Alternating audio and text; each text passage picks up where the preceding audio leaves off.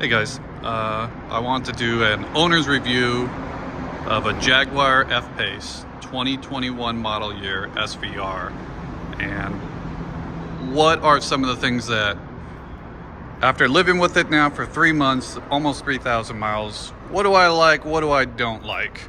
And yeah, I mean, this is the opportunity to actually see what this model year has changed, and not everything's great, and so let's go over it. So first one I want to start off with, I don't know why they put all seasons on these by default, but they're rare in summer tires. I ordered this one with summer tires because I've driven them both. Oh my God, what a difference it makes. The summer tires are far stickier, much better handling car with them. Just a call out. You'll see a lot of reviews and they'll talk about, look, it squeals, it's not as great around corners. Check. I can guarantee they're on all seasons. It actually handles pretty well.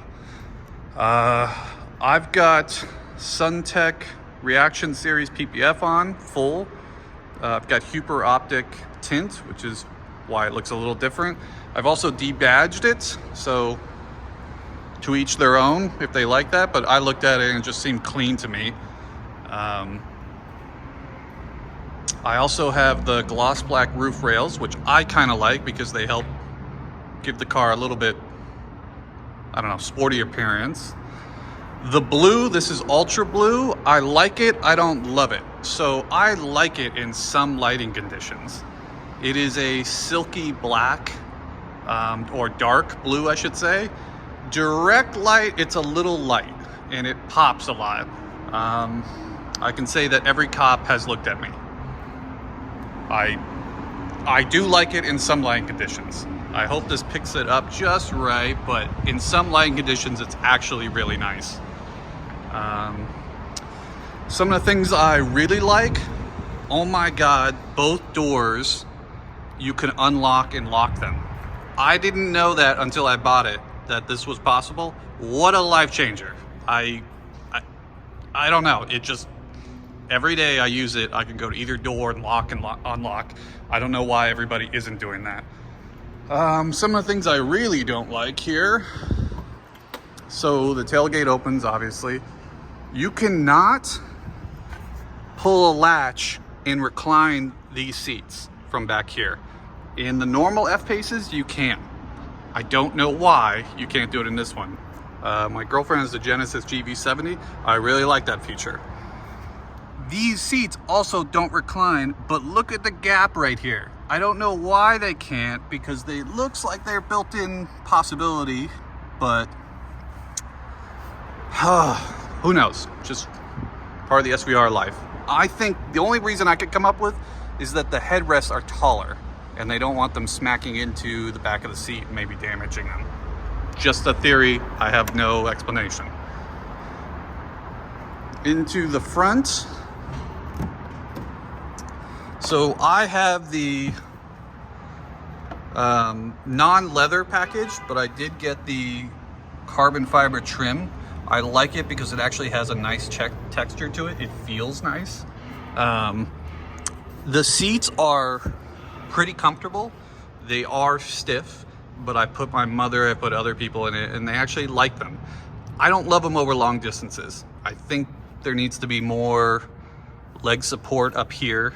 I haven't found a comfortable position for long distances, but it's not bad, and I do enjoy sitting in them for short trips, you know, to work each day, but 2-3 hours, I didn't love it.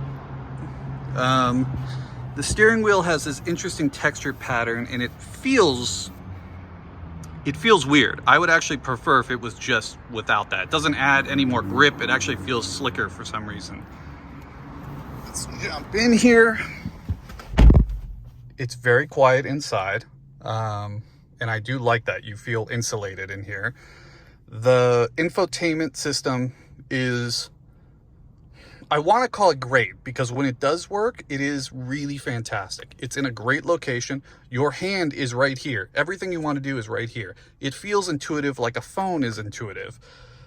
That being said, it's not without glitches.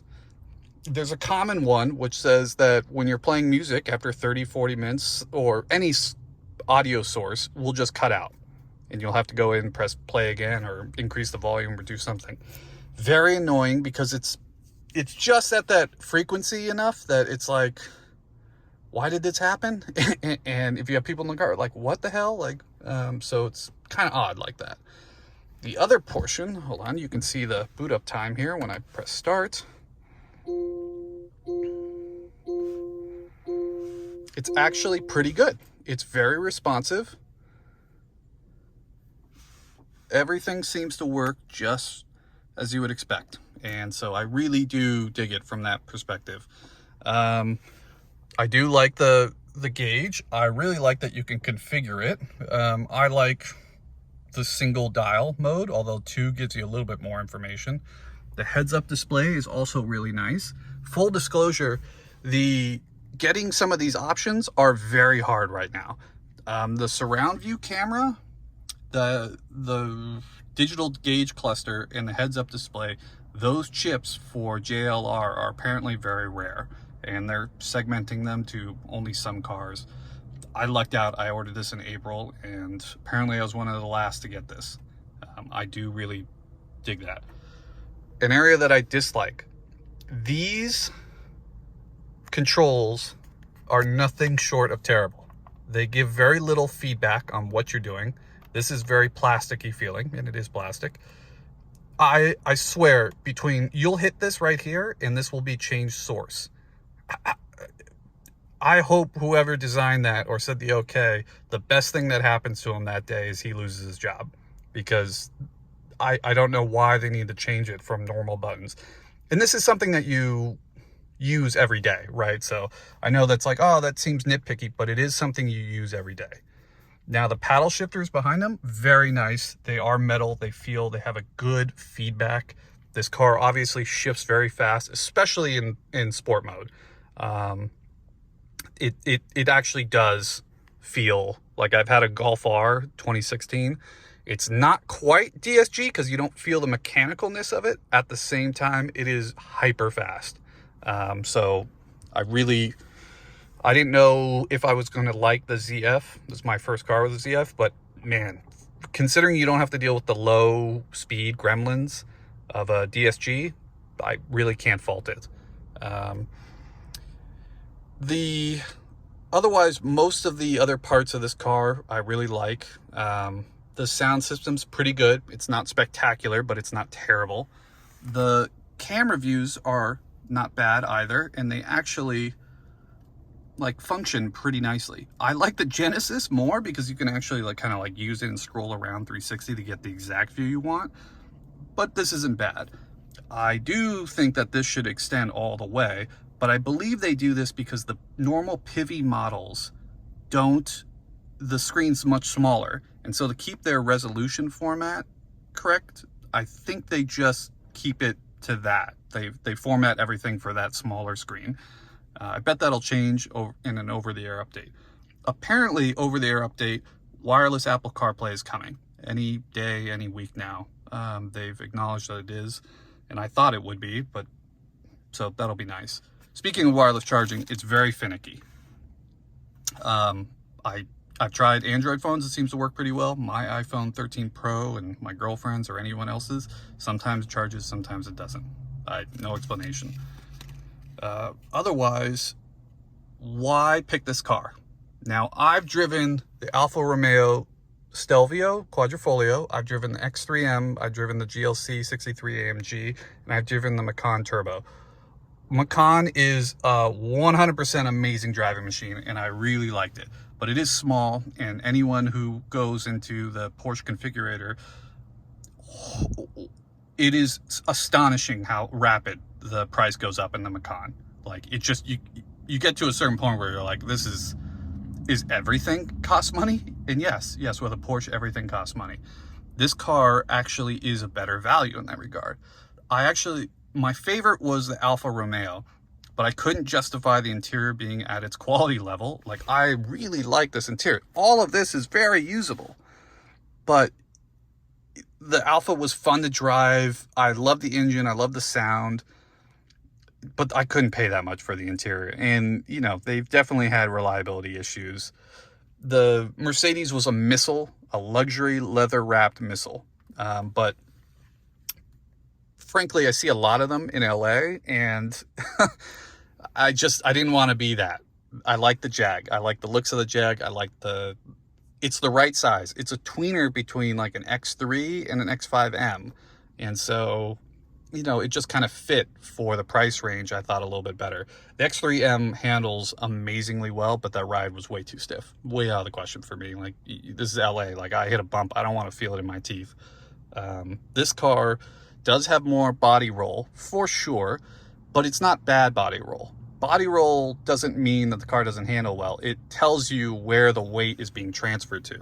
And that's one of the things I do like about this car, is that weight transfer. It lets you know what's going on around you without feeling like I'm going to tip over.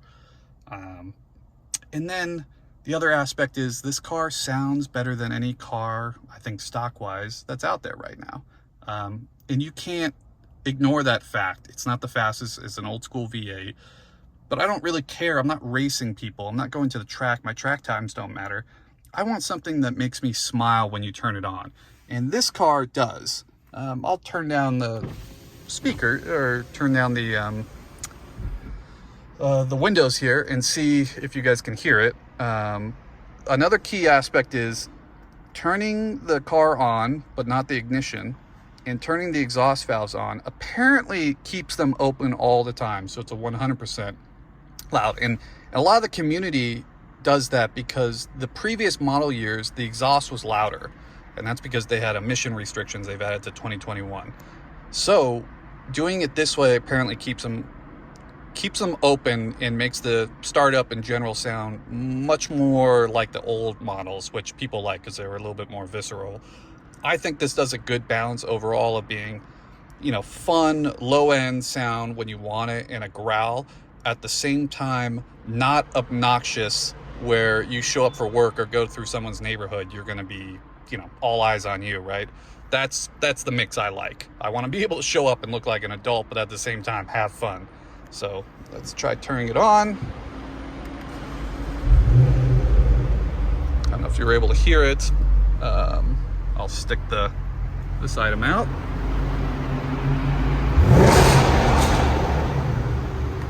And we can go outside and just listen to it really quick. Nothing like an old school V8 burble. And that's what this car gives. I put my brother who drives a Tesla in it, and I told him, I guarantee when you floor in and you have fun with this car, you're not gonna not be able to smile. Sure enough, he couldn't wipe the grin off his face. And that's what I wanted in a car that just makes you feel something again.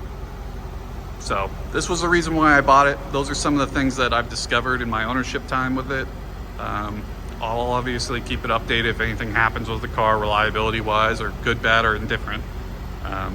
But thank you guys. I hope you enjoyed this.